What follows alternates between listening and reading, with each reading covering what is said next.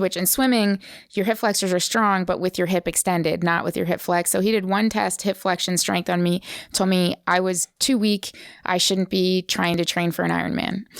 This is Brian Scott, combining in Northern Indiana. You're listening to the Vance Crowe Podcast. Welcome back to the podcast. I'm glad you're here. On Wednesdays, I sit down with an expert to figure out, how do you know what you know about the field that you've chosen to spend your life and career focused on? What sort of habits and discipline did it take to develop this knowledge? Now, this week, I'm doing something a little bit different because I'm interviewing somebody that I know quite well. In fact, maybe I know her better than I know anybody else on the face of the earth besides myself. That is my wife, Ann Crowe. Ann is extraordinary. She started off as an aerospace engineer, and while she was studying aerospace, she was actually on the Notre Dame swim team and eventually tried out for the Olympics in backstroke. Later, when she was in a full-time corporate career in the defense industry, she decided that she wanted to take on the task of doing an Ironman, and while she was doing it, she found herself having injuries and not being able to complete some of the parts of the triathlon. And so she ended up going to a physical therapist, and that physical therapist showed her what is truly possible with somebody that cares so much about the details. How can you change the way that you move so that it impacts whether or not you're in pain?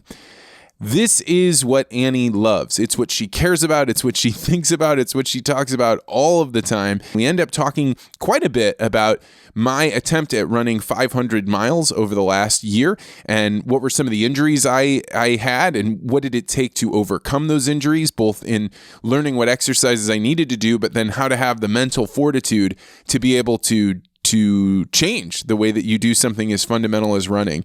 And Ann also talks about her swimming career and the challenges with getting faster and how she thought about movement. It's a very interesting interview. It's also very different than other ones that I've done in the past. You will notice very early on that Ann loves and cares about the details. And that's what's so great about this conversation, because she cannot help but expand out and try and say, this is what we know about this. This is how you can prevent injury. This is why we know that people are in pain. I just absolutely love it. So I hope you buckle in and enjoy this interview with Ann Crowe of Precision Physical Therapy here in St. Louis, Missouri. Ann Crowe, welcome to the podcast. Thank you. I'm happy to be here. So as we were getting set up, I was sitting you in the chair that I have sat 27 other guests, and you were not having it. So what was up with the chair? Why was that you needed to have a different chair? Well, the chair is very aesthetically pleasing for your set here, and this one is less so. However, it's a little bit too high off the ground for me, so the height of the seat relative to the ground is about an inch higher than is comfortable for me, and it's too deep. And so I needed to find a chair where I could have good posture. And that's one of my critiques, indeed, of your podcast, is that sometimes your guests aren't positioned well, and it doesn't always help them in how they appear on the screen if the chair's not properly sized, just like it wouldn't benefit somebody at the conference room table or at their desk chair. If it's not properly sized, then their posture won't appear as good as it could be. And so how is it that you know so much about the way people sit in chairs? Why is this the thing that you know so much about? It sounds like you're the princess and the pea.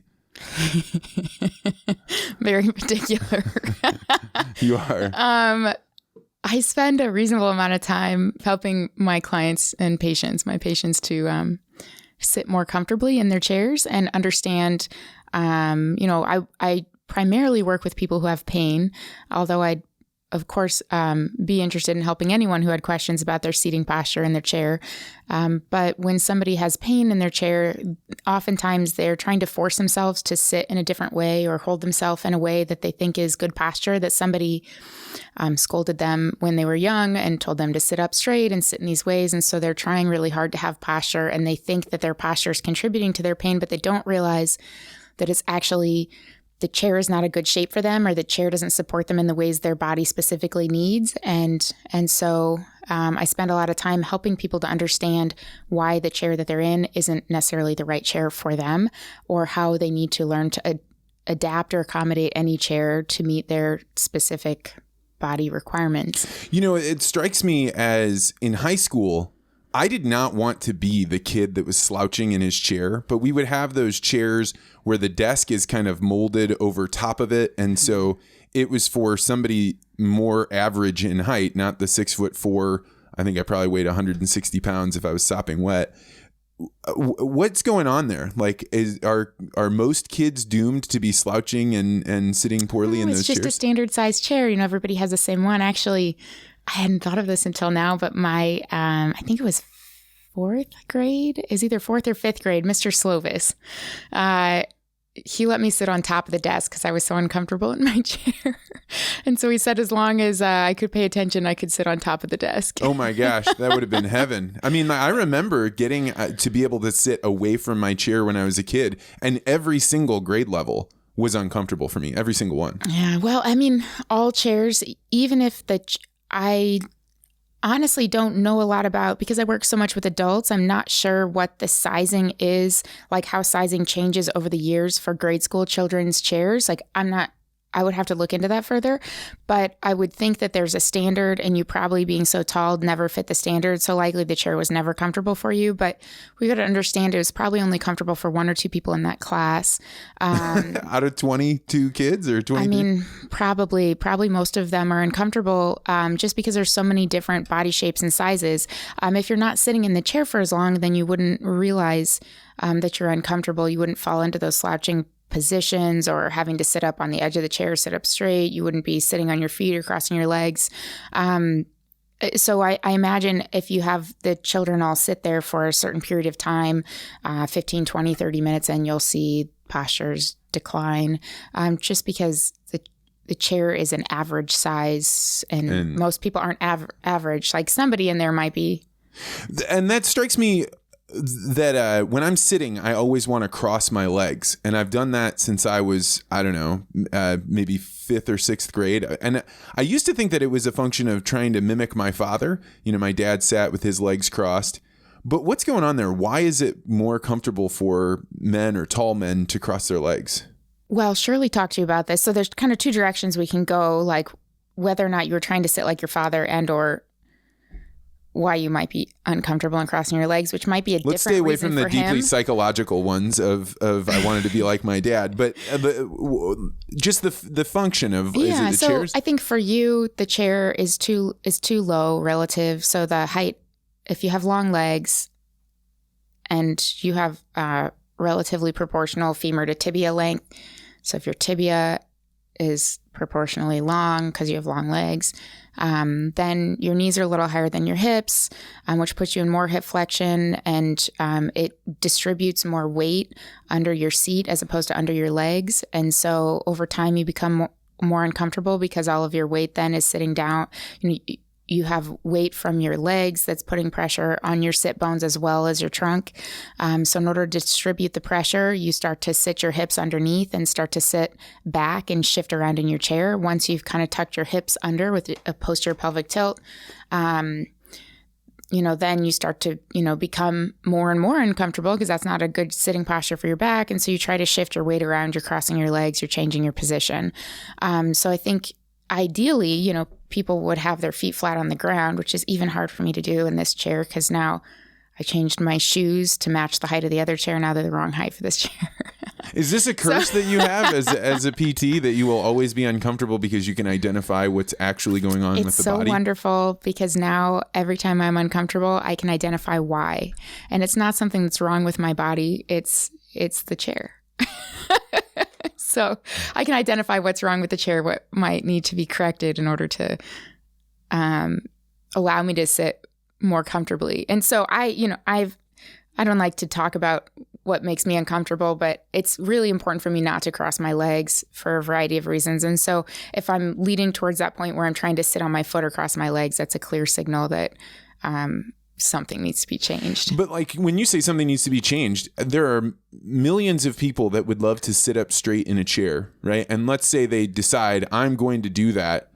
They get about 5 minutes into sitting straight up and down, and it is now taking up all of their thinking space. If they want to maintain that posture, they have to be like think about sitting up straight, think about sitting up straight. Oh, you're slouching a little bit. Why can't I just say, okay, sit up tall? And yeah, if your body has adapted to certain postures over time, then you have to condition your muscles, even in some cases, you might have more tension in some ligaments than others, but you have to condition, just think of muscles. You have to condition them to be, pleased with that posture. If the postural muscle is going to have an ideal point at where the muscle fibers are overlapping, it's going to be more energy efficient for it to hold. And so you have to, over time, if you have adapted to a posture that isn't ideal for your pain condition or just aesthetically pleasing, then you have to work on the muscles in order to accomplish a muscle length and strength with the, that suits the alignment that you're trying to maintain. So there are some, even if the chair is perfectly supported for you, your body's still going to want to go to the posture that's probably you're in the most frequently, that it's most adapted to. So the supports that we would provide or recommend are to prevent you from sliding into, for you, this posture. But it can be the for anybody opposite that's just for other listening, people. it's just a slumped over. She did a mocking slump of over. So go ahead. Not mocking, just descriptive. So all of the supports, we can help you to be comfortable there, but the amount of support you might need to fit that posture that you're trying to have might be cumbersome to your task or what you're doing in sitting or driving, right? It might be getting in the way. So, then we'd like to give you some corrective exercises to address any muscle imbalances. What do you think of those little buzzers that people are putting on the back of their neck or up between their shoulder blades to say, hey, you're slouching again? I think it's a great idea, assuming you know why you're slouching. Okay. So I think a lot of things are in there's like an asterisk, and you go down to the bottom of the page and you read like, in these cases we believe this. So I think most of the time those attached to the clothes in some specific spot or somewhere on I think they're usually on the back of your neck, or at least the one that is advertised to me on Facebook all the time is that. Depends on which one. But so it's going to calibrate to what you think good posture is, and then when you're moving out of that, it's going to remind you. But I think so for most people, that's going to be if they're kind of making their spine into more of a C shape, so they're more into flexion across their whole spine, is going to create that neck posture where your head starts to move forward. Again, I think that it's great to have a quick reminder that you're out of that posture, because you'll learn more quickly, just like people who, when they then slouch, have pain, are able to learn to fix it very quickly, because that's a signal to them that something has gone wrong in their posture. So they fix it, the pain decreases. Yeah. So for those that don't have pain, something like a little vibration or a quick reminder, even just a Post-it note next to your computer screen, when it's no longer eye level and you're having to look up, you see that Post-it note to remind yourself to correct. But you need to have here, I'm just correcting my posture without the appropriate support. So if anybody's watching from that camera, I'm not necessarily doing this right. So, but I think we just need to make sure that that person's just not kind of negatively reinforcing posture correction in their minds such that they hate the buzzing and they hate the posture correction. Because if they're having to be reminded constantly of it, every 15 minutes, then they don't have the right chair. They don't have the right support. Their screen's not at the right height. Maybe their keyboard's too far away. Like something is wrong in their desk setup or their station or what they're doing that's forcing that posture. Because if they have the right setup, over time, they're going to migrate. And exactly what number of minutes, I don't want to, it's probably different for everyone. But over time, they're going to migrate to the old posture. But if they're in a poor setup for them, they're going to get buzzed, all the time, and that's going to be really annoying. And then they're just going to discontinue trying to fix their posture when really they were just trying to fix themselves and they didn't fix the setup. So they have to change their environment to be able to facilitate changing their posture. How do you, as a physical therapist, if you're treating people in your office, but do they bring in photographs of their workspace, or how does that work? Yep. So we do try and set things up in the office. So we kind of have, keyboards or a mouse or a chair and a desk. And there's pros and cons if you have more things to work with versus less. But usually the patient will demonstrate how they're sitting, and we give them feedback, and we talk about, shoulder height and how their back should be positioned, and knee to hip, and how for them, should the thigh be parallel, a little up, a little down, depends on the patient. And we have them set that up in the clinic. So we'll step through what is wrong that we're fixing with the setup. And then we would go through, I would position them and help them to get set up in a desk type environment if desk is the problem. And then we would have them set it up themselves, and then they try to go home and set it up. And really being able to adapt, even if I'm not right there in their office, being able to adapt that education to their office setup makes it so that they could then adapt it to their setup at home might be slightly different than the office. So they need to understand the basic principles. We all do. We all need to understand the basic principles that would support our good posture, so that then we can modify any situation that we're in. So as we change those variables, now the cushion is different on the seat. Now the depth of the seat is different. So as you change those variables, we want patients to understand the principles so they can adapt, and they don't need us for understanding every station. But then they come back, and if we've talked a couple times about it and they're still having problems with their workstation, then we'll talk about specific angles of the camera that we want them to take with their workstation, maybe a video. And they really do this. So you have people coming in and you're like exploring their office to figure out, how can we help you sit? I guess you're spending 8 hours a day on. For office workers, generally that's, their work is thinking work. So if they're in pain at their desk, their efficiency on their, cognitive intellectual work is significantly impacted. So it's very important that they're not painful when they're sitting, for people that need to be able to focus. So when you told me about standing desks, I found myself, when I was working in corporate America, wandering around being like, that person using that standing desk, not good. Why is it that standing desks are not obviously going to solve people's pain standing problems? desks are great. So it's wonderful to be able to change positions during the day. So if you're sitting all day, your hip flexors are getting tightened, shortened, your glutes are getting lengthened, you're having to challenge your so it's wonderful to sit and stand and sit and stand. I think that's just great.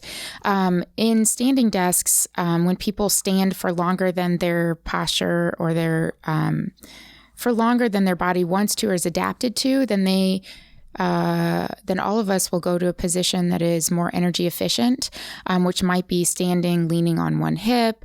It might be hyperextending your legs. It could be starting to lean on the desk.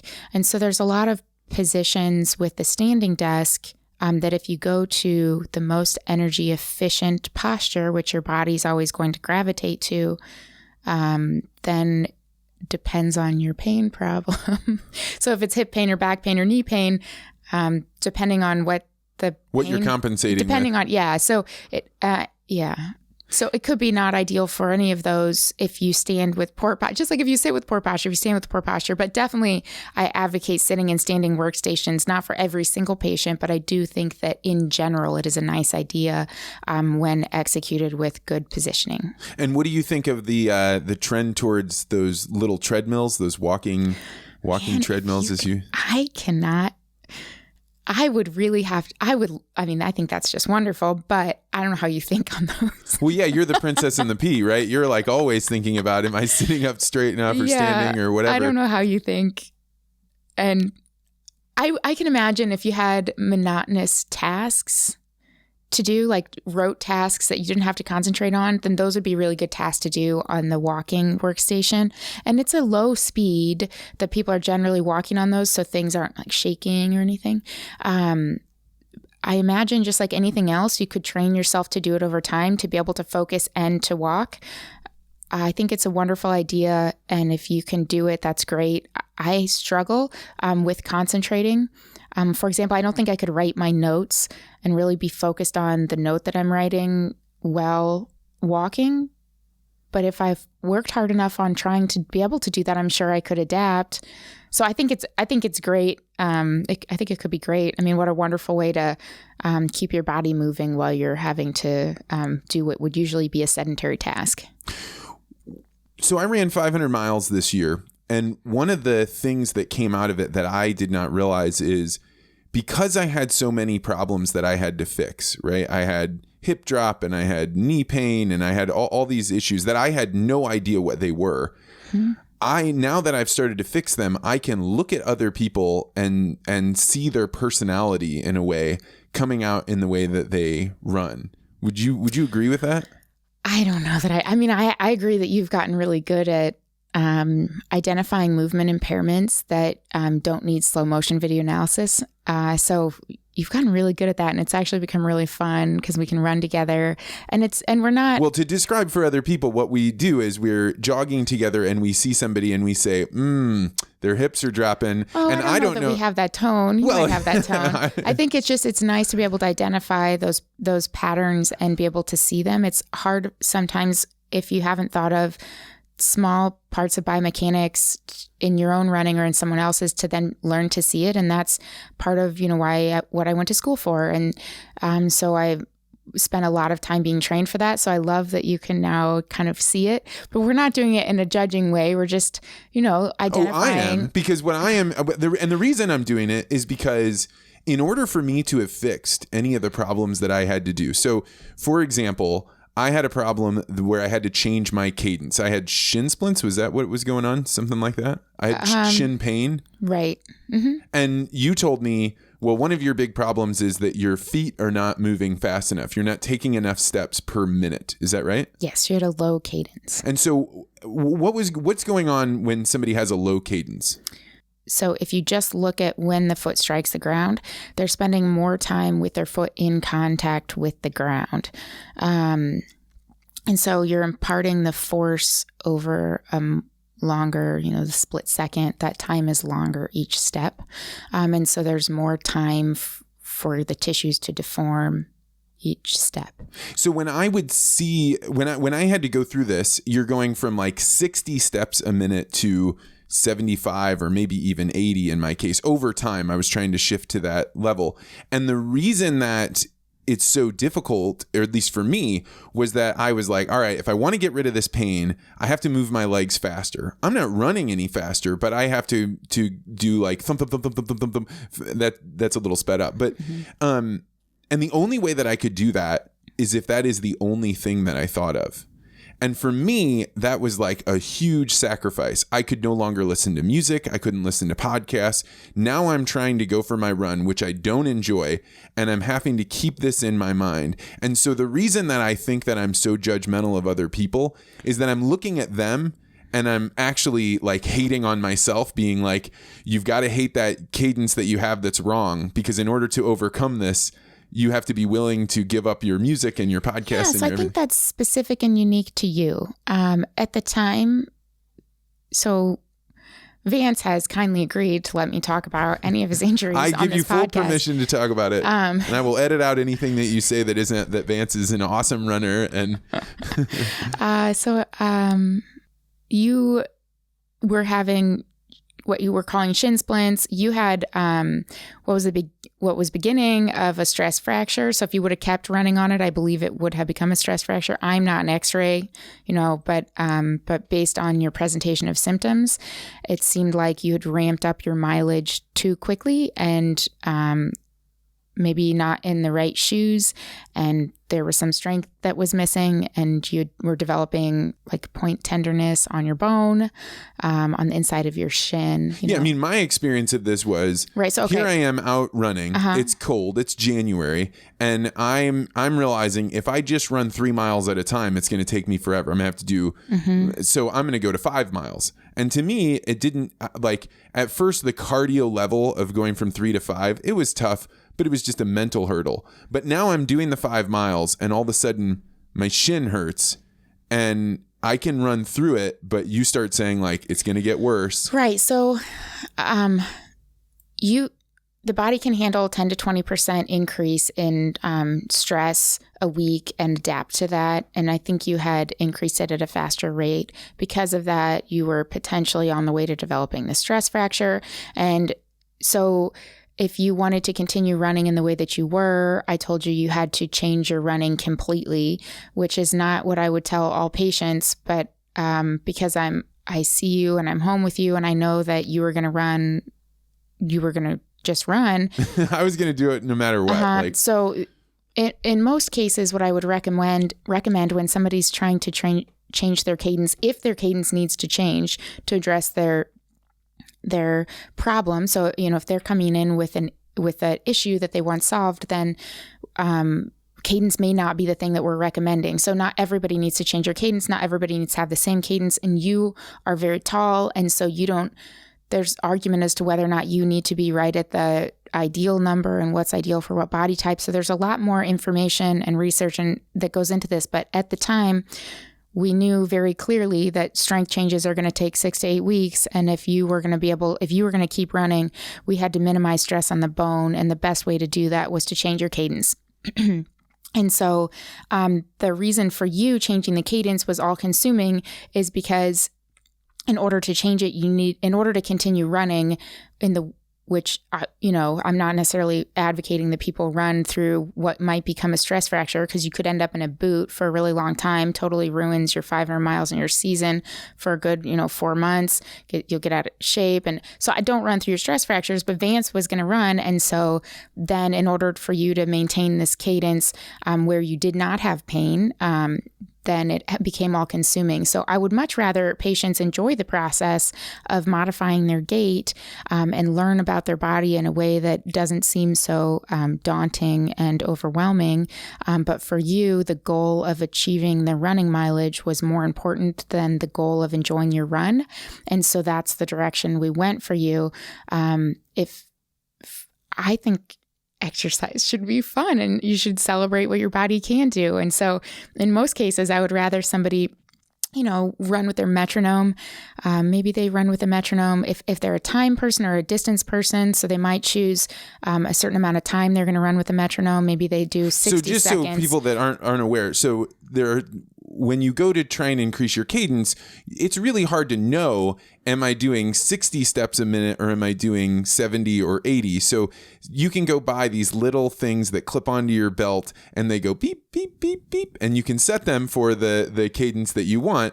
And if there was one thing on earth that would be the most annoying thing in the world to me, it would be a beeping sound telling me at all times, what my footsteps should be. Like, to be clear, Ann and I have no sounds in our house that are like Vance beeping turns or off buzzing. all the alarms. Everything. Like I do not want random distraction noises. So if I'm already suffering when we had a microwave, he even turned off like the microwave sound that told you it was done. So you'd microwave something and then you forget about it and you would never know it was in there. If I can turn the beep off, like we don't buy an appliance if I can't turn the beeping off.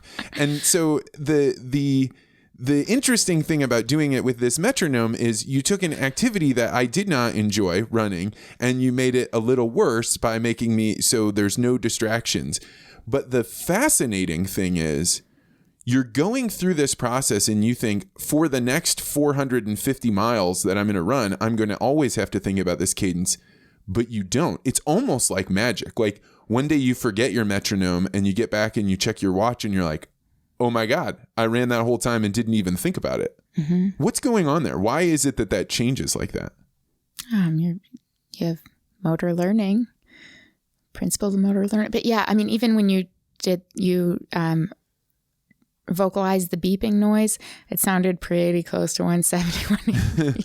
That's right, 170. That's right. Yeah, I would have to check it, but so it just sticks in your brain. I think I can pretty accurately tell people what is just because I hear so much beeping as I'm working with the metronome. I think the fun part of it is that if I run with a metronome, if I've noticed that my cadence is decreasing and I know where ideal is for my body and I want to get back to that ideal and I run with a metronome, the whole run, it doesn't frustrate me at all to have the metronome on. I can even have it playing behind music that's at a different beat and it doesn't bother me. And I understand that would bother a lot of people, which is why, Rock My Run or Spotify will set your music to the cadence. If that were happening to me and I'm driving a car, I would immediately spin out of control and smash into a wall. It doesn't bother me. But I think what's interesting is that once I get home or I start a cool down of walking, the beeping becomes so irritating that I have to turn it off immediately. Even if I've got gloves on, I have to get rid of the beeping. Once I no longer is serving the purpose of benefiting my body and helping me to train, all of a sudden it becomes very frustrating. So you were a swimmer and and went all the way swim in college, tried out for the Olympics. Did you have to do things like metronomes for strokes? Like as you're swimming through the water, is there an ideal or an optimal, or is it just swing your arms a little as fast? bit? I only had one coach. So I had I had a couple great coaches, but I had one that was particularly focused on technique. And we had this little, it was a metronome, and it was just this little circular rubber. I don't even remember the name of it, but I haven't thought about a metronome for swimming in a long time. But you had it you could put it in your cap. And then it was very easy to tell as your rate of turnover of your stroke cycles decreased. And that happened as you were getting tired, so especially over 50 meters. So if you're in a long course, as opposed to short course, it was much more obvious in long course as to when your stroke cycle rate would decrease. And you can imagine then you're producing less force, so your body is going to kind of sink a little lower in the water. You're going to have more drag. You slow down. So I did do that some, but it wasn't nearly the focus. That doesn't mean, it's been a long time since I was competitive swimming, speed swimming. So I don't know if that's a large focus in training at this time. It's not something I focus on as much with swimmers who have shoulder or back pain. We're more focused in what positions their shoulder in as they're generating force than we are on the cadence. But I think that would definitely affect performance. When I think about swimming, in the same way I think about running, my impression with running was the way to get faster is to take more steps, right? So which is why when we started doing cadence, it became so awkward for me because I thought, well, if you increase your cadence, you're going to increase your speed, but that's not really what happens. And when you told me, well, actually, the way you increase your speed is that you kick up your heels, a little bit higher, a little bit faster. Is that right? You could do that. I mean, it definitely sped me up when I started focusing on Anytime you change one thing about your running, oftentimes people start running faster. And it's not necessarily a bad thing unless the injury is going to suffer because your speed is increased. But yes, so for cadence, your cadence should be the same regardless of speed unless you're sprinting. So with endurance running, even if you're going for it's your easy run versus your more difficult, if you're you should have relatively the same cadence. And so a lot of people would increase their cadence to increase their speed, but really what we want to keep the cadence the same, and the amount of ground that you're covering changes to change your speed.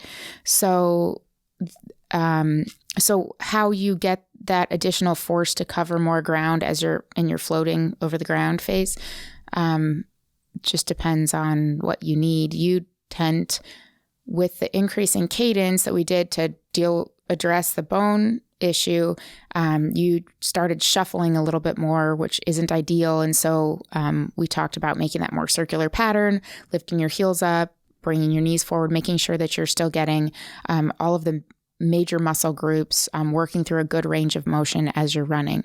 And if that increases your speed, I'm fine with that increasing your speed. You're getting more power from larger muscle groups that are helping you to cover more ground. Well, and so that makes me wonder with swimming, because my imagination was always the way that you swim faster is you paddle your arms faster. Is that correct?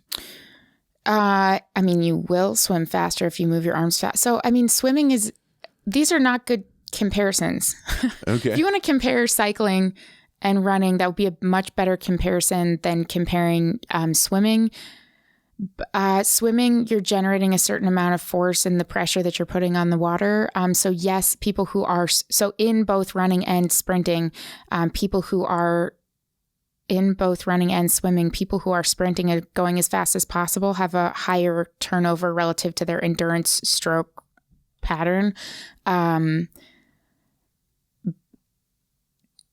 I feel like we're trying to simplify or compare things that aren't. Well, that's fine. We can switch. I mean, the thing that strikes me is that things that seemed obvious to me about, like, this is the way that you run, and the way that you run faster is you take more steps. The way that you swim faster is you take more strokes.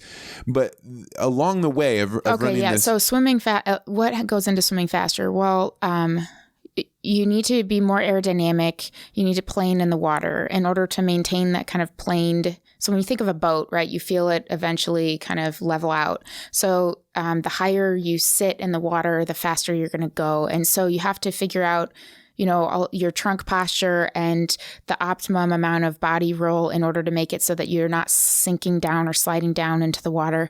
So that comes from a certain amount of force that's generated from your kick. So the force from your kick and the body posture that you're able to maintain, which is not easy to maintain those body postures, requires a lot of trunk control, is what's going to help you to kind of raise up in the water to minimize your drag.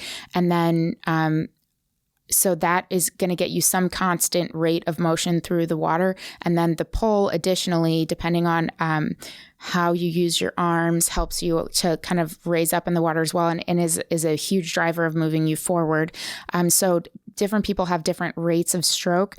People have different surface area of their hands and their forearms, length of their arms relative to their body. There's a lot that goes into why one person might have a higher turnover than another. And I have not read any studies about ideal swim cadence. When we were training, and this is not based on my physical therapy knowledge, this is just based on being a swimmer, we knew what ideal for us was.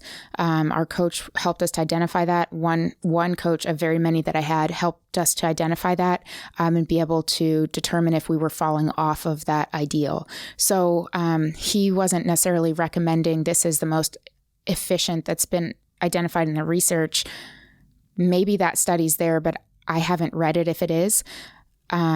He was saying this is the most efficient for you. I've counted out, I've timed it, I've watched the video, I've figured out for you, and let's see if you can maintain this, what happens over the course of your length of the pool. For me, in the Olympic distance pool, I was doing 4 of those. And what happens, by the 4th one, where you're trying to still maintain your body moving efficiently through the water, but it's really difficult. So you're in this kind of constant battle to keeping your body posture in order to put your muscles at the right alignment to continue generating force to move you forward most efficiently. Do you find that, so you were an athlete all the way from little childhood all the way through college, and then continued on to do things like an Ironman, but do you find that now that you have studied physical therapy and have your doctorate in it, that you look back on your swimming and think, oh no, what was I thinking? So often, but I just have to remind myself that I was so young. You're so young, you don't know what you don't know. And what's the thing that strikes back where you're like, oh my God, I can't believe I just didn't know that? I think in high school, there were athletes that were a lot faster than me that were also a lot taller, bigger, and stronger than I was. And I just was a smaller swimmer. And I kept trying to figure out what about their technique or their stroke I could mimic. What could I do? And I was looking at the wrong... You were trying to play their game instead of playing your game. I wasn't playing the right game, yeah. And so I think that was a bit of an issue. I had some understanding of nutrition, but not a great understanding of nutrition. And now we know so much about sleep, and, I didn't really sleep. Yeah, that's the striking thing to me. That's still true today, that if you've got something, you're like a bulldog. Once you've grabbed onto it, you're not going to sleep until the thing is shredded and I know. eaten. And I did engineering in undergrad, and I did that in 4 years, and it took a significant toll on my sleeping and I'm sure my performance. Also, I think this is changing a lot in swimming, in the way swimming is coached, but we did so much training at like moderate to high intensity, but not at race pace. And it was sometimes in some coaches, it it would be the end of the season before we'd be training a lot of race pace. What's the difference between high intensity and race pace? So if you could do a set if you could do 20 minutes and keep your heart rate, I have a really high heart rate, but if you could keep your heart rate, in your like red zone or in your, so, you think of the type of exercise that makes you feel like, you're going to be sick, that type of exercise. So, but you might have repeat sets over and over of some length of the pool where you're keeping your heart rate really high, but not at its max. You're not producing your max amount of force on the water because you have to then rest 10 seconds and do it again 20 times. But when you're in that race, you're only doing it once and you might have to do it later that day. Again, if you make it to finals. But you can burn everything you've got. You give everything you've got. And so I had one coach that trained us that way. One. But now I suspect there are many. And I was much faster swimming for that person. So I think by the time I got to college, I realized this is silly. Why are we doing this? What should you have been doing instead? Well, I'm not a coach, and I've studied exercise physiology, but not to the extent that great coaches have. So this is again outside of my scope of physical therapy practice, and this is coming more from my opinion. You have to have a certain level of fitness. And so in early part of the season, you have to have a certain level of conditioning, and there's theories on how you build that. And so that needs to be built. But I think you need to spend a reasonable amount of the season practicing the pace that you're going to have in your event, and knowing how that feels and figuring out how to make yourself most efficient on that turn, not when you're doing, 85 to 90% effort, but when you're giving it all you've got. It changes how you feel in the water. And if you don't practice it, then you're not going to be as efficient at it as you could be. Just like if you're training, so you're coming up to the wall in a different. You're coming up to the wall at a different speed and a different. Slightly, right? And it's your enough to make a difference. Your flip is a little bit faster. Yeah, I mean, just like anything, you want to practice what you're going to go do, and so I think there are ways to break your events down and to practice them at the speed that your goal is to swim them at, right? So, and this is a long time ago now, so I think the sport is coming along and there are a lot more people and there's a lot more strategies for training that. But that was like a very clear, in addition to the nutrition and the sleep, and it had become very obvious to me by college what good strength training and bad strength training was for swimming. And it's apparently becoming a lot more obvious now to a lot more strength and conditioning specialists, which is wonderful. But strength and conditioning, where you're strengthening the large muscles that move you through the water as opposed to strengthening the postural muscles. If you can't maintain your posture in the water, it doesn't matter if you can generate more force because you're going to be more inefficient. You're going to sink further. You're going to be lower in the water. You're going to have more drag. So the most important thing to strengthen is posture. Really? For swimming. I mean, if you're, and what do you mean? If you're swimming 4 hours a day, your lats are strong. Like, do you need to strengthen them more? I mean, yes, if there's a point where, you can maintain your posture, your abdominal control, your paraspinals, you have the coordination to manage your glutes and your hamstrings in a certain position where they're still generating force, but they're also working to maintain posture. Same thing with your hip flexors. So there's a ability to kind of hold yourself horizontal with very little support. And that, I think, is the foundation for strengthening and swimming. And then you have to be able to manage holding yourself horizontal and creating all of these additional forces from different areas of your body. And some of those muscles that are going to help you maintain horizontal are also going to help propel you forward. But if you only strengthen the ones that propel you forward, then, I mean, if you think of... You have a lot of drag. So if this muscle isn't strong and you're creating a bunch of force this way, it's going to pull you into this position, and now you're going to bring you over crouched. And so that's interesting. So how do you know which posture muscles you should be strengthening? Is it where you're weakest then? You can identify where somebody is weak based on where their body is kind of...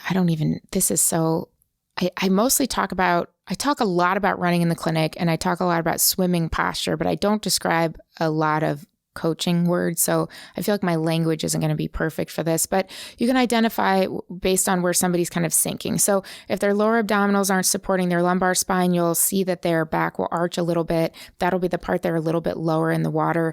They may look like they're relaxing their abdominals, even though they're not. They have to be using them in order to swim. If you see if somebody's thoracic paraspinals are weak, they're going to fall more into like a kyphosis posture, a rounded upper spine position. In that posture, their paraspinals aren't strong enough to maintain that position against the pull of their lat. So I think it just depends on what the person looks like in terms of what posture needs to be trained. I mean, some athletes are rotating a ton from their low back. And so they might have great abdominal strength, but they're not controlling well in the water. And so even though your shoulders might rotate more than your hips do, it should feel subtle. It shouldn't feel like a lot of rotation in one area, not a lot in the other. And if you think of like how you would plane in the water, the more even and stable your trunk surface is, the more efficient you're going to be in general. And you can even move yourself and move some water with your trunk. Whereas if you're rotating just your shoulders, now you're creating some aerodynamic inefficiency. And it strikes me as you're talking about all these like postural muscles and things to focus on with swimming. One of the hardest things for me to learn to do running was to hold my abs. And I don't remember why I needed to do that, but I remember that was a big part of me moving forward, probably in March or April. I started having real problems. It was a big part of you moving forward in martial arts as well, not just letting go of your abdominals. And that contributed to some back pain you were having. So in both, it's important in both. So explain that. Not everybody needs to hold their abs. Some people hold their abs way too tight and we have to work on relaxing them. We spend a lot of time breathing and trying to let them go. So, are those people that just like way overdid crunches or? Some crunches, but some like way overdone many years of Pilates, or people that were always trying to hold their abdomen in, maybe, your for grandma or somebody, taps your belly and says, hold your belly in, something like that. And so people draw their abdominals in and then they do upper chest breathing and they don't let their abdomen expand. That's much more common in women. And men, it's more often overtrained abdominals. Women, there's some postural or aesthetic to drawing your abdominals in, which isn't ideal because it changes your mechanics of breathing. It also puts a certain level of pressure on your pelvic floor, and nobody wants extra pressure on their pelvic floor that they don't need. But yeah, so for you needed to use your abdominals a little bit more, but I just wanted to be clear that that's not for everyone. And so you needed to use, you were letting your back extend, kind of go into an arched position. And because you didn't have good glute strength, your hips were dropping, which means your back was in extension rotation posture each step. And then there's the force of running, which is 3 to 5 times your body weight. So now you're loading your spine in an arched, rotated position. It's not, you were having some radicular symptoms that I think started in, you were having them when you were running, but I think they started in martial arts. And you were just like when we talked about the swimmer that lets their shoulders move and keeps their hips really still. The swimmer is still using their abs because they have to plane in the water, but you weren't using them very much. And so you would let your shoulders rotate significantly more than your hips. And so that puts a lot of torsion on your lumbar spine. And if you are kind of creating imprecise motion there, you can aggravate the nerves. And so you had aggravated the nerves. So you needed to control your spine posture when you're running and doing martial arts. And also, I imagine it helps you to generate more power in martial arts if you have better trunk control. Yeah, that's definitely true. I think the difficult part for me for martial arts is, well, there are many things that are difficult, but one of them is I don't have the same ability to just cue my abs or like move my hips or my knees. Like I feel like there are other people that have a lot more body control. They can just imagine these things and I can't do it at all. Oh, you can. You can. Well, okay. I mean, I obviously can over time. Some people when I take longer than others, and that can be difficult. That's one of the. Everybody wants to call their physical therapist and ask how many visits does this injury take. And there's some answer where we can say, well, in general, this is what I see.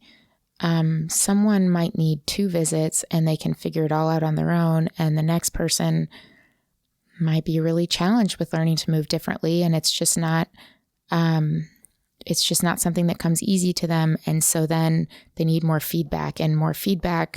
Hopefully we can help them to have that feedback at home, learn how to give themselves that feedback with a mirror, with their hand positioning, with having that understanding sensation of where muscles are working, the human EMG. Video must be revolutionary for physical therapists, because you could take somebody's camera, show it to them. Yeah, it is very helpful. So I think, it's just, so to come back to your question or your statement that it was difficult to you, I understand that it's difficult. And for some people, it's easy to make changes.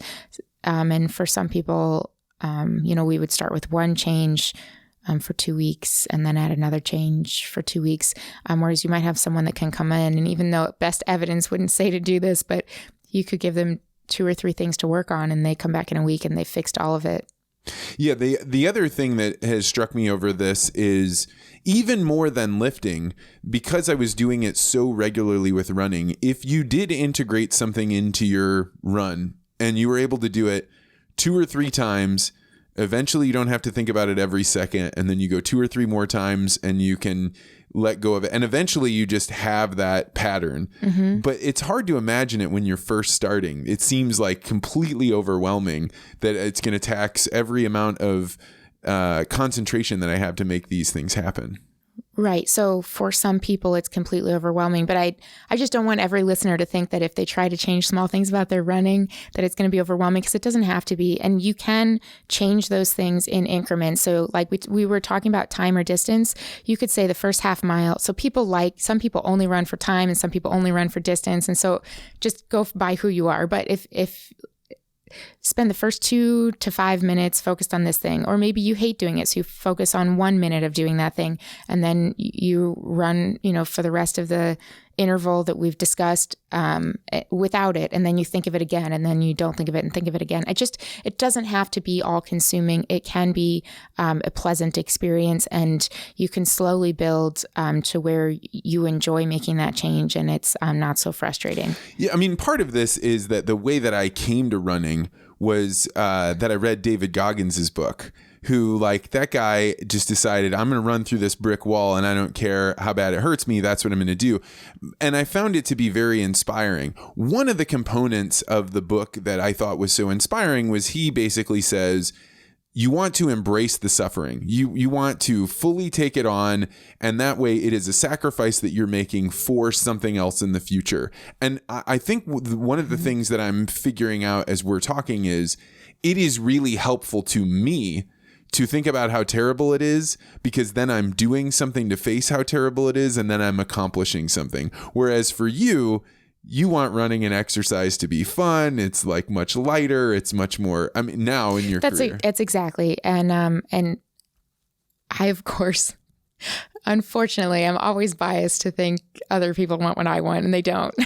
So for you wanted to overcome suffering, and so that's what you got to do. And you changed your running really quickly, and you were able to not allow that stress fracture to continue progressing over time. We managed it, and you had feedback at home, so we could every day briefly, not, Vance doesn't let me talk for very long about these things, but we could briefly discuss what was going on. I could give you some advice. You didn't have to wait a week between appointments. So you were able to overcome that and continue running. And to you, it was enjoyable or justified suffering. Whereas, for example, we go on a run together and you can tell me exactly how many hills are left. I don't know where the hills are. Yeah, that's right. I don't care. I'm happy when I'm going uphill, because I always feel better going uphill. And so it doesn't bother me. And me, if I'm not increasing the number of hills, I feel like I'm becoming weaker and it's not going to work and I'm going to give up and I'll be a failure. So for me, like the act of the sacrifice of running is the satisfying thing. In fact, like the most satisfying thing about the run, period, was when I would sit down and write in my phone. I had this spreadsheet and I'd get to put in 3.5 or 5.1. That was the best part of the whole thing, because it was like, yeah, I just got that done. And like, now looking back on it, I don't hate running. I sometimes describe that I do, but I think that's a lot of like, I need to hate it in order for it to feel like I earned something when I'm done. I think I agree with that statement, and what I have, how I've seen you interact with running. It seems like you love hating it, so that's great. But I know for myself that if I just go out to enjoy it, I don't get any faster. Like I can go for longer because I'll set a mileage for myself that I'm going to do, but I don't get any I don't get faster unless I run with someone else because I'm just out there having a good time. But I mean, my biggest joy during running is, if I didn't have any pain, then I was really happy.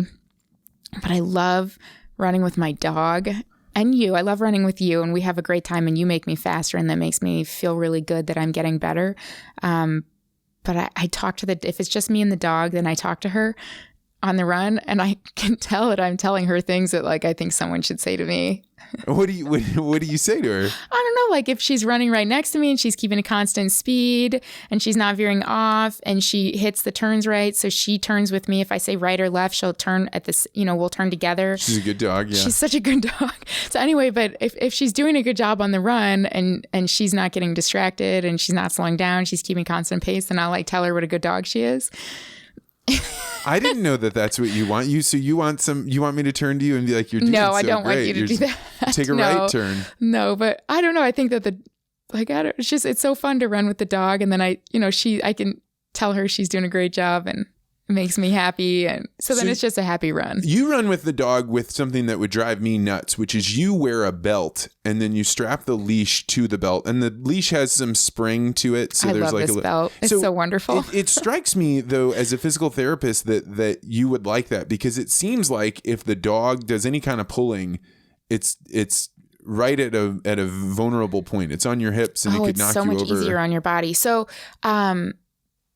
just like we talked about the caveat, like the little asterisk on what I don't remember. We were talking about before. Everything you say is a caveat. Everything so it's fine. You're okay, never going to give me a direct, simple answer. If you don't have good balance or your dog is significantly stronger than you, then this might not be a great option, because you don't want to fall down. Like if you fracture your wrist, even if it's just your wrist, you still aren't going to be able to run because they don't want you to bounce with the cast on.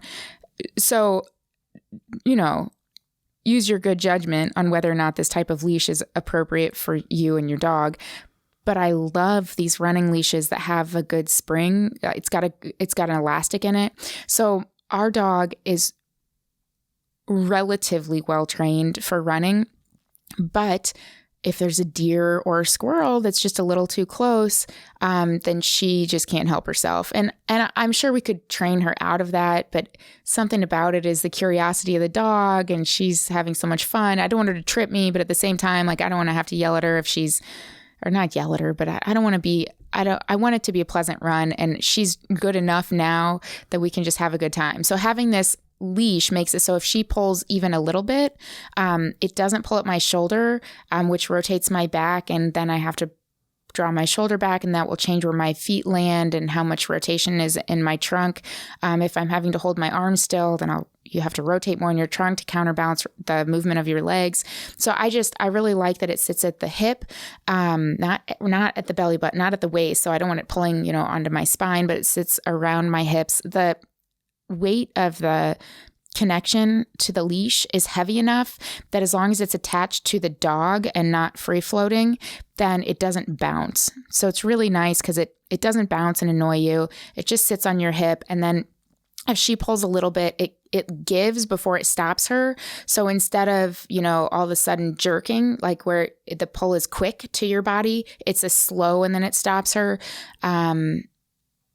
So I think it's very nice. I've recommended it to a number of patients that have been really happy. I think they felt silly wearing, a belted leash and then got over it because they realized how wonderful it is. So if you have back pain or shoulder pain or neck pain as you're walking your dog and you're constantly having to do this pull, even if you're it had never crossed my mind. Even the fact that I've run with the dog, I've never really thought about the fact that just even holding the leash changes your mechanics, especially. And then you're holding it on one. We've trained her to be on the right most of the time if there's not traffic. And so now you're changing how you're right, which is why the last time we were doing a trail run with the dog, I asked you to take the dog, even though it's not the leash that I like, because I think it was changing how you draw your leg forward.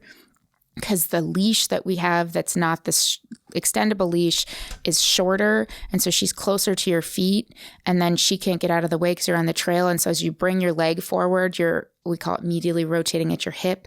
So you're using more of your TFL that attaches into your IT band to draw the leg forward, is creating rotation at your knee as it contacts the ground. So you're setting yourself up for it to be in a rotated position. So I think there's so many things. And if somebody comes in the clinic and doesn't, I try to ask all of these things, like, are you running with your phone or a water bottle? You're running with someone else? Are they always on the same side? Do you turn your head as you talk to them? Do you have a leash? Where do you hold it? What's the dog do? How much do they pull? All of those things will change, what your mechanics are when you're running. And if you have a chronic overuse injury, then these things matter a lot. And we can screen out the ones that don't matter. So it's not like we're going to change all of them. We're going to identify the one that has the potential. If you think of the physics of the situation, what has the potential to be contributing to the pain based on the way the stress in the joint, the biomechanics of the joint, which forces are affecting the tissue that's injured. I'd never thought before about, you've described two different scenarios. One with the office where, hey, we want to see what you're sitting at, what you're doing there. And then the next one with your running, hey, we want to know, are you holding a water bottle or a leash or those things? So much of your work has to be about getting into the mind of another person and their experience of the world. How are they interfacing with the real world? It's not just like, oh, I got sick, right? Like, I think the part where you would say getting into the mind of another person is understanding their goals and objectives and what problem are they wanting to solve, not what problem do you want to solve. So, and that brings us back to your example of the stress fracture or potential budding stress fracture. Because you had an objective that wouldn't have been my objective for you. So that's the part where you're saying, are you trying to understand the goals and objectives, the mind of the person that you're working with? Because in my ideal world, running would be fun and you would change things slowly over time and you would accomplish your goal by, doing this metered approach, but that wasn't you and your objective and intent. And so we have to meet you where you are. If it's not something that's going to harm you, then I would have to educate you. Make sure you understand why it could be harmful to you and your long-term goals and health. So what I would say I'm doing is looking at, yes, how does that person interface with the world, but what are I approach everything like an engineer. So we have a problem to solve. We have a set of theories. There's certain context within I'm going to solve it. We have a number of givens. There's all these variables that are influence the equation. So I just want to understand what are all the variables and what am I solving for? And what I'm solving for is what you want. And that's the psychological component is how do we constrain what we're solving for in that physical therapy equation based on the objective of what you want. Because it's not that, you personally want to be able to continue with this running goal without taking too much of a break. And that's more valuable to you than enjoying the process and the rate of accomplishing those two goals are different. And so we're just trying to add, so you have the physics, the biomechanics, the things that we know, making sure that you know all of those things. So if you always ran with a leash and I never asked you if you ran with a leash and you never told me, until your last day and you're like, I'm so glad that I can now run this full distance with my dog again because I've really missed running with my dog. And I say, oh my gosh, I didn't know you were running with your dog. What kind of leash are you using? I mean, I would go home and be really upset about that. I mean, that would affect like the rest of my week if I had worked with you and you had some variable that was affecting your care and delaying your progress. And I didn't ask the right question to get that information from you. And you could have gotten better faster. I mean, that would yeah, I mean, I know. It would ruin my day. I know that you come home and when puzzle pieces are not fitting together, it's pretty taxing for you. It is, but even if things got fit together, but they just took longer than I thought, and I find out there was something I didn't know that I didn't ask, and maybe I should have, or maybe it was silly to think that I should have asked it and known about it, but so I care a lot about the details, and that's what makes physical therapy fun. So did you know when you were making this switch? So you were an aerospace engineer, and then you make this leap. You were a systems engineer in the defense industry, and then you make the leap over to physical therapy. Did you know that physical therapy was going to all be in the details? I think it's really, did you know you could turn physical therapy into all of the details? Okay. I don't know if ever, I think That's all right. physical therapists care about the details, but, or I suspect that they do. I don't think that I realized that the details would matter so much. I just really liked the physics of human movement. And once I understood more about the physics of how the bones could move and how it could change soft tissue injury, and how I could choose to change that movement to change that pain, that is what was so fascinating to me. So I started being interested in physical therapy, well, because I really didn't like to have pain, and but also because it's just this unique puzzle to solve. But I was more interested in the biomechanics of it, and so then I guess you could extrapolate and say, well, if I was interested in a engineering type physics problem, there's a lot of details, and systems engineering isn't a lot of physics. It can be, but I was on the more like contract side of things, system requirements, testing, making sure all the processes are done properly. And so that's a lot of details, but not a lot of physics. And I just love the physics. So physical therapy gave me the chance to work with lots of people, which I love, and one-on-one and not big groups, which I also like, and to apply biomechanics, physics in a way that's really fun and has a direct result on somebody's life immediately, as opposed to like many engineering, big, huge engineering projects have an effect on a lot of people's lives, but it's more steps removed. So this is more fun. Fun. It's more, it's fun. The thing that you said there that I've never heard you say before, Shirley Sarman and I were on here. So you, of course, know Shirley because you introduced her to me. She is the godmother of your field of the specific kind of physical therapy. Mm-hmm. And we had a part of a conversation about changing the name of physical therapy because it's almost like, therapy doesn't really name it right. Physical therapy, like people have associations with that. And what you are doing, what Shirley Sarman's system is, the MSI movement, there are people that use this movement systems integration. Is that what they asked? I suspect she would argue that it's not just her system, that she's... Sure. Yeah. She actually told me that. She corrected me as well, that it's the system that she helped create that is now considered widely used in physical therapy. But stay with me here. The physics part of the physical therapy, I've never heard you emphasize that part of it. Really? That a part of physical therapy is physics. I know that that's what you care. That's why it's so fun, is because it's all physics. But I think there are a lot of, so we would call that a biomechanic approach in physical therapy, like focusing a lot on the physics.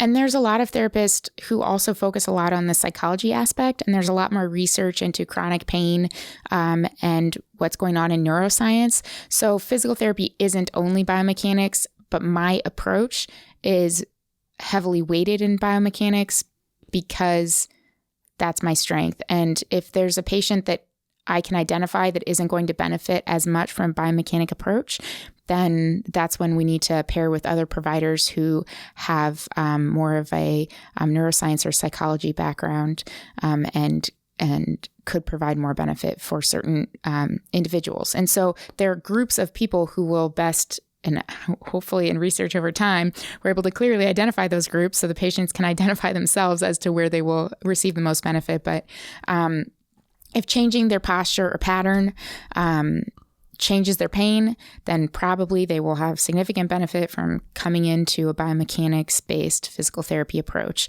We're very focused in the patient being able to solve their own problems, so giving them an understanding and a structure, a framework within they can view this issue that they have and be able to solve it themselves. So I'm there guiding them to learn about themselves, to learn about their specific, unique alignment, their geometry of their body, and their strengths and weaknesses, and how the tasks that they do every day or that they do for fun, their hobbies and sports and caregiving tasks, how their body and those tasks, can create this we can create an ideal pattern within those constraints for them to minimize stress on affected tissues. So that's kind of my approach. And I think in some ways that gives people control over their symptoms. And so there is a psychology aspect to all of it.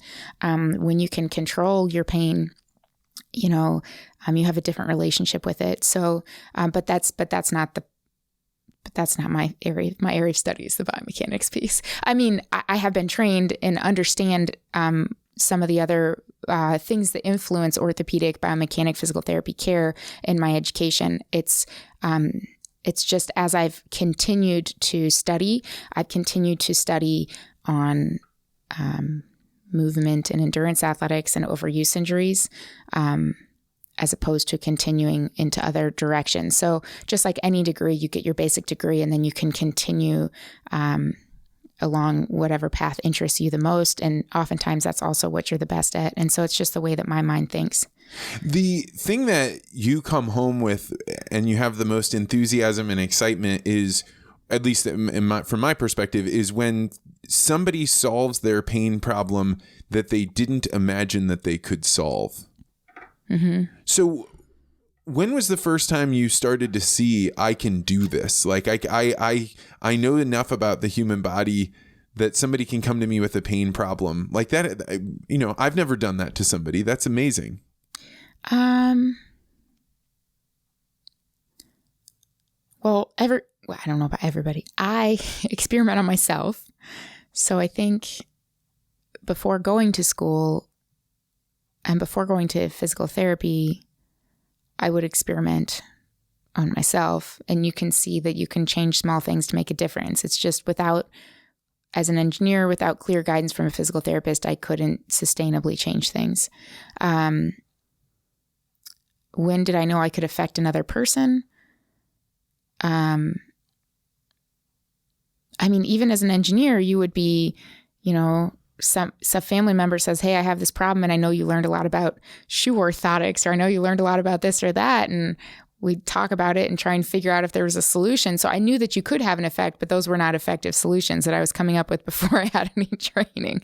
But then, on your clinicals, you realize, you can make a significant difference for somebody's life. And that's early in your education, that you can make small changes. And I think as you spend more time and you treat more patients, you get more efficient. And I hope to continue getting more and more efficient.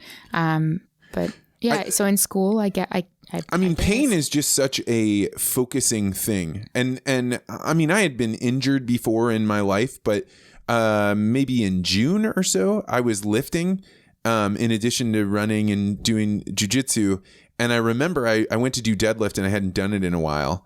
And my back had something happen to it. Like I could just feel a stretcher. And the only thing I cared about was solving that pain. Like it took over everything else in my life. The way that I sat, the way that I talked, the way that I drove, whether or not I drove. And that was like a crystallizing moment for me about your career, was that I would have paid literally anything to make that pain stop. Mm-hmm. Do you see people in the level of pain that I was in very often? I would say I see people often who have a lot higher level of pain than you had at the time. Oh, God. Because you were in this acute phase of this pain. But if I wasn't at home giving you advice, it would have taken me weeks to get into it. Well, you'd have to go see your physician to get a referral, and then because in the state of Missouri, you have to have a doctor's referral in order to go get it to see a physical therapist, and then so I would have had to have done that, and then I would have gotten in line to see a physical therapist. Right. So, for some people, I think you were in the point of that pain was new, and so it was so concerning to you because it was new and intense. And sometimes people have been living with that for a while by the time they come into PT. Oh. And so they might be more anxious about it and upset, or they might, be wondering if this is just their new state of life and they're not calm about it, but they're not sure what can change. And, wondering if they should have a surgery or if there's something dramatic they should be doing. So, right. I think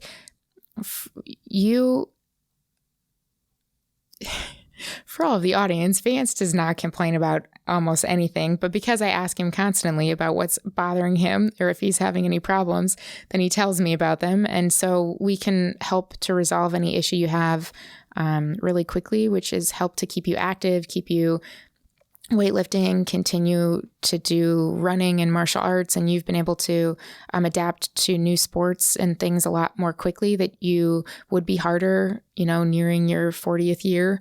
There's no doubt. Like the craziest thing, certainly over the last 2 years, but definitely the last year, where I came to the realization that if you just have a little bit more knowledge about what's going on with you, you can head off problems that you were going to have, but you don't know to head off problems until you've faced a problem, and it's a lot harder to fix a problem once you've started having pain than it is if you've had that pain for 2 months. And so I think that's when you were originally asking about what people come in, like what level of pain, right. And so in order to choose to address the pain, you have to have the activation energy to get into a doctor, which if you don't have a primary care, right? So something that's preventing you from exercising, or you were exercising and got injured, or, something happened in your day, it was the laundry basket, or you have some pain, it's preventing you from participating in your physical activity, to get into the doctor and then get into the therapist and then wait for the appointments. It has to be bad enough in your life that you're going to take all of those steps. And so over the time that it takes for it to get bad enough to affect so much of your life that you've realized that your rest and the ice and the CBD oil you were using or whatever isn't solving the issue, and that you actually do want to come in to see a physical therapist, it becomes longer to address those issues the longer you've had them. So if you come home and you tell me, I lifted something just wrong at the gym, and this just is bothering me in my neck, and I could give you something you could do for a day or two, it goes away, it's gone, it doesn't come back for a long time. And we'd like to fix the way you lifted something, but it's not that quick and simple if you've had it for a long time. And that's where it really starts affecting people's physical activity and their ability to participate in the activities that they love and enjoy, the things that keep them fit and healthy. And then, one of the reasons that I didn't want to take time off is because when I got in shape enough to be able to run 5 miles where I didn't want to die when I was done, then you think, I have an injury, but if I take off to rest that injury, then I'm going to have to get back into shape. And it is like, for me, it was a deep motivator to address problems early on, because I would actually, you're right, I would rather not tell you, because I don't want you poking and prodding and watching the way that I'm walking or moving.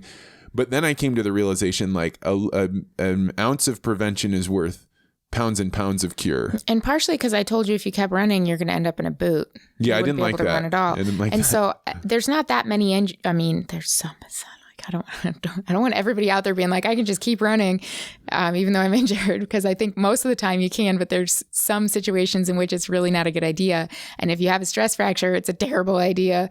And so you can end up in a boot for a really long time. And so I let you know that the pain that you were having when that was the issue that you were having had the potential to force you to sit out from a lot of things for a long time. Then I think maybe you took it more seriously. But if you hadn't had somebody to talk to, then you might have just kept running, like the author of your book, just continue and destroy yourself. And then you'd have gotten to a point where you would have had to take time off. And I think there's a lot of people that get to the point that they have to take time off because you don't know what's serious, what's not. You have a lot of aches and pains in running. Should I just keep running through it? What if I just ice it? What if I take a couple days off? What if I do this? I'm going to change my shoes, So there's a lot of temporary solutions that can compound over time to inhibit your ability to accomplish your goals. So if you don't get good advice at the right time. But not everybody has access to good advice at the right time. Well, so speaking of access, you are jumping out of your job with Washington University that you've loved and had as a clinician for a while, but you're starting your own clinic. What has prompted this move? What do you hope to do in this clinic? Ever since I decided I wanted to change careers, the model that I saw that I was so excited about, that I thought that inspired me to understand that physical therapy was something that I might want for my, my life work, my life's work, was a one-on-one physical therapy model in a private practice. And even as I selected my clinicals, I tried to go see a number of different private practice. How do they run? What are the pros and cons? What are the challenges they have? How are they overcoming them? How is it changing in different parts of the country? So I've always, I've been interested in private practice. But a big part of that is wanting to work one-on-one with the patient for the amount of time that they need. And there's pros and cons to that because there's...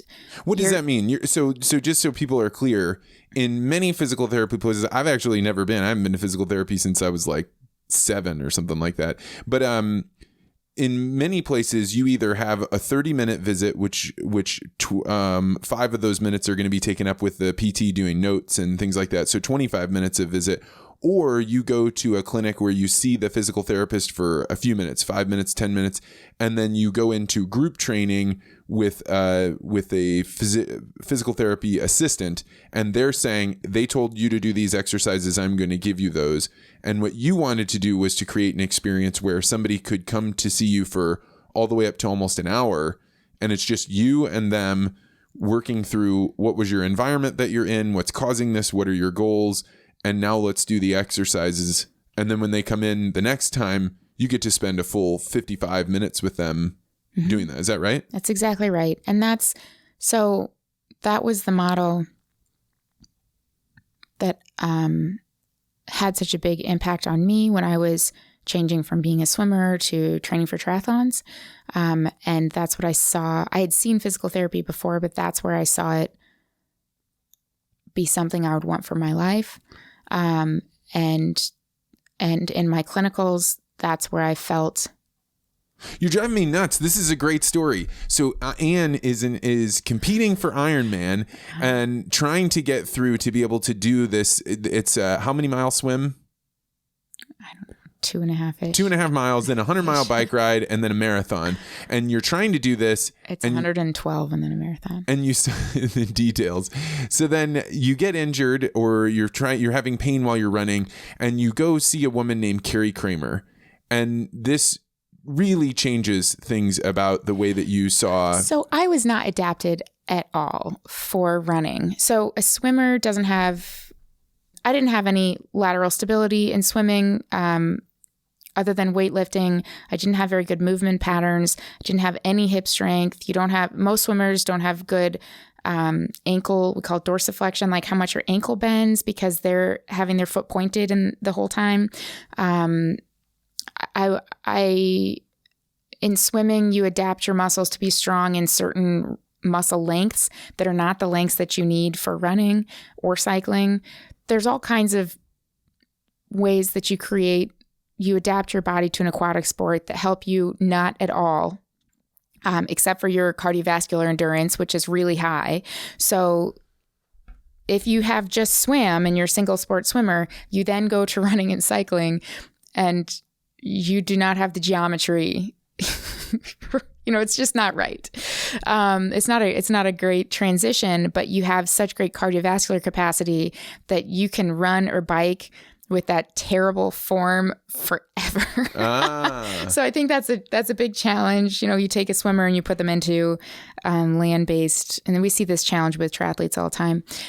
And so I had a physical therapist who taught me how to overcome these issues and how to move differently. And she never once said, you shouldn't be doing this.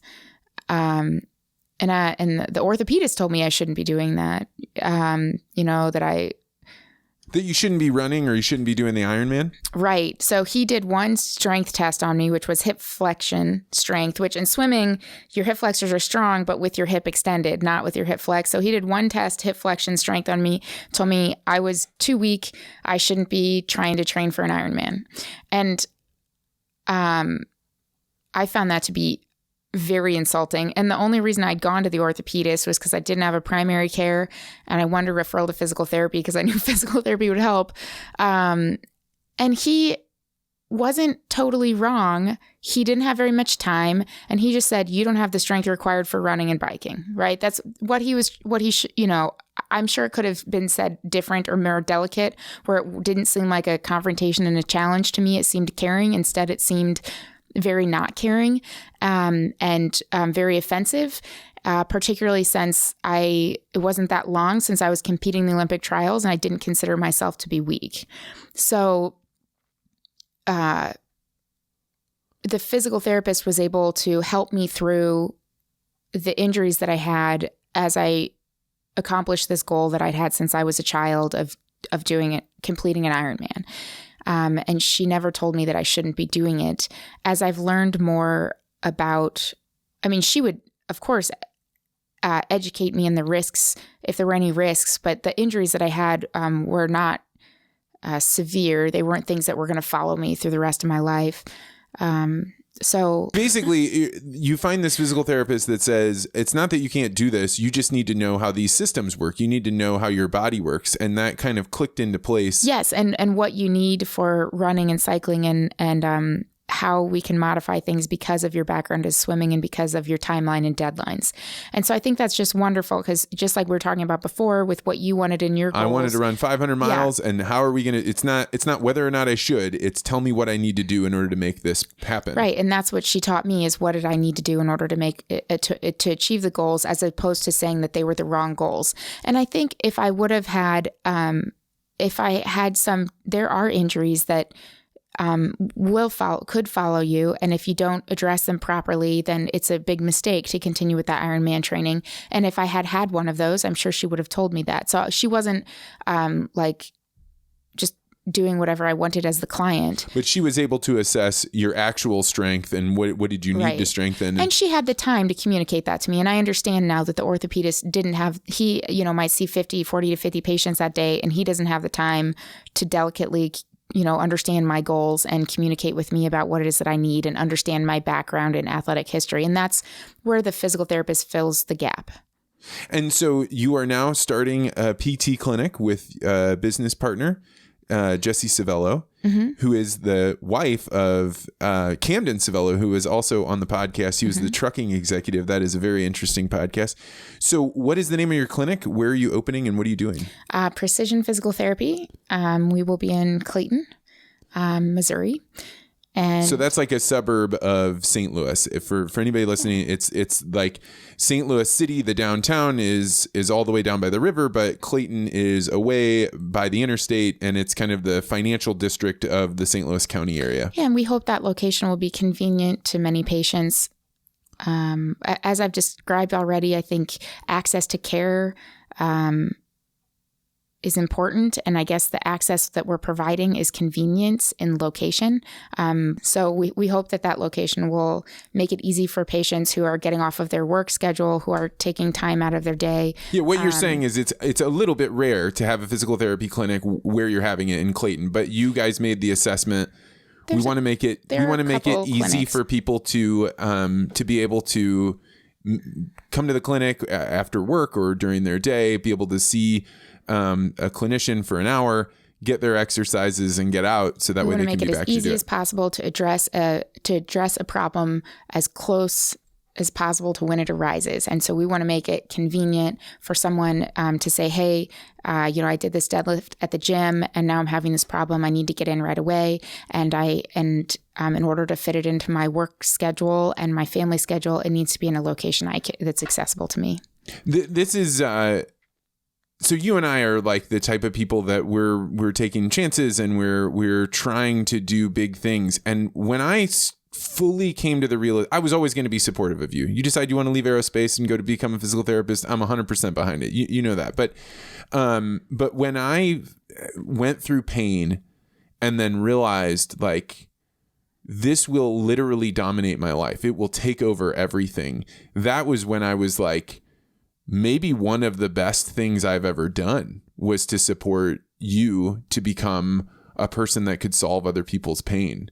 And I am really, really excited for you guys, because you are taking a business model that you've seen kind of done in other places, but it's a stretch. It's, hey, we're going to have patients that come visit us for an hour, and we're not going to be dictated to by the insurance. So we're going to be out of network, which means that, you know, there's a different cost structure, and it's a big risk. It's a big risk. Mm-hmm. We're going to go and be in Clayton, Missouri, which there may be a few other clinics, but it's high rent. But the reason that you do it is so people can do it. So people can get to it. So I love like that this is a moment right as your PT clinic is opening, and that you were able to stop by and talk about, you know, what you're passionate about and what you know about. And I am really glad to see you and Jesse starting your clinic. Thank you. You know, our aim is to work with patients who have complicated conditions, who haven't had success in physical therapy in a traditional model, and those with complicated lives that need physical therapy to fit within the structure that they can provide. And I think from knowing both you and Jesse, the thing that I have come to really respect is we're sitting here talking about dorsiflexion and valgus knee, but that anybody can come in and will be taught at the level that works for them, because I actually can't handle all the details. All I want to know is give me the exercise, I will fix it, and then I'll get back in there. And I think it's neat that you guys both have this capacity to understand something really complicated, but make it simple to understand. So if people want to find you on the internet and reach out and try and schedule something, how would they do that? Our website is precisionstl.com, precisionstl.com. And you can schedule from the website. You can schedule an initial evaluation. You can go ahead and take a look at all the services that we provide. And for people that don't have pain, one of the cool things that you guys are offering is the ability to do a checkup. Hey, I want to. Yeah, and that's the model that we would really like to see is whether somebody has pain or not. Let's say a patient comes through physical therapy in our clinic, that they follow up in 6 months for a checkup, just like you would do with your dentist, to make sure everything is going well, with the expectation that there's some potential preventative benefit there. From making sure that the muscle length and strength and balance is the way that you are moving throughout your day, that you're reminded on how to continue addressing those to improve the mechanics of your joints. Well, I think it's an exciting time, and I'm really, I believe that there are a lot of people, not just that have pain, but they want to say, hey, I want to be ready to do jujitsu, or I want to run my 500 miles. And I'm excited that you're going to be out there helping make it possible. So thank you so much for stopping by the podcast, and we can go eat lunch now. All right. Thank you. Well, that's going to do it for this week's interview. Thank you so much to Ann Crowe for stopping by. If you'd like to learn more about her physical therapy clinic, it is precisionstl.com. Good luck to Ann and her business partner, Jesse Savello. I am very excited to see where this business venture takes you.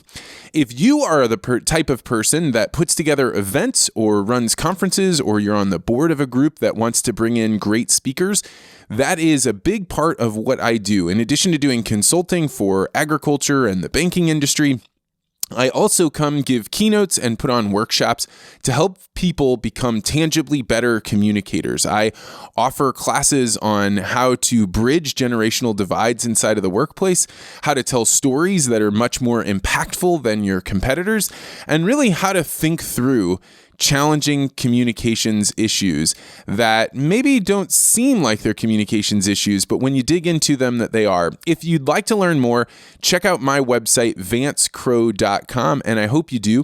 And if you'd like to reach out and talk, always know that I love Twitter. I am at Vance Crowe. So I'm going to sign off, but make sure you tune in on Friday when we'll do an As the Crow Flies episode where I talk about ways that you can become a tangibly better communicator. Looking forward to it, and we'll see you on Friday.